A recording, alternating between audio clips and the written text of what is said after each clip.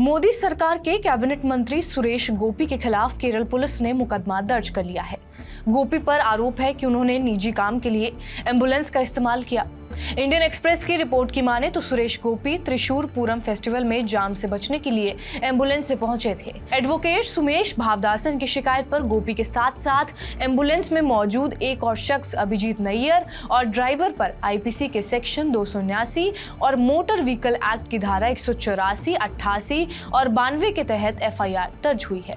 पहले बात करते हैं सुरेश गोपी के खिलाफ लगी आईपीसी की धारा 279 की, जो अब बीएनएस में सेक्शन 281 हो गया है।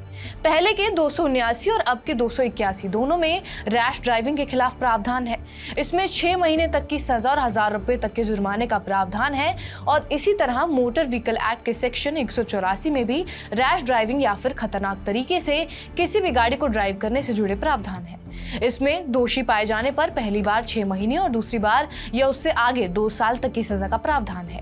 188 के तहत किसी संबंधित अपराध के लिए उकसाने से जुड़े प्रावधान है और इसमें भी 6 महीने से 2 साल तक की सजा का प्रावधान है।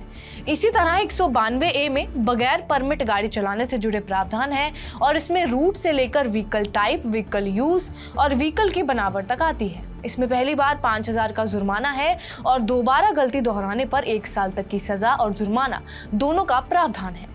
हालांकि एक्सपर्ट्स का मानना यह है कि एम्बुलेंस के मिसयूज यानी कि दुरुपयोग के लिए ना तो बीएनएस में कोई स्पेसिफिक सेक्शन है और ना ही मोटर व्हीकल एक्ट में। अगर कोई शख्स निजी काम के लिए एम्बुलेंस का इस्तेमाल करता है तो उसके खिलाफ बीएनएस के सेक्शन 281 जो आईपीसी में 279 था और मोटर व्हीकल एक्ट की अलग अलग धाराओं में मुकदमा दर्ज किया जा सकता है। ये धाराएं रैश ड्राइविंग से लेकर परमिट तक से जुड़ी होती हैं। केंद्रीय स्वास्थ्य मंत्रालय ने नेशनल एम्बुलेंस कोड भी जारी किया है जिसमें एम्बुलेंस के डिजाइन, सेफ्टी, मेडिकल इक्विपमेंट जैसी चीजों का जिक्र है। हालांकि इसमें एम्बुलेंस के मिसयूज को लेकर कोई साफ प्रावधान नहीं है। उधर केरल से बीजेपी के एकमात्र सांसद सुरेश गोपी ने इस आरोप को सिरे से खारिज कर दिया है और मीडिया रिपोर्ट्स की माने तो सुरेश गोपी ने कहा कि जब वो त्रिशूर पूरम फेस्टिवल में पहुंचे तो वहां हंगामा हो रहा था।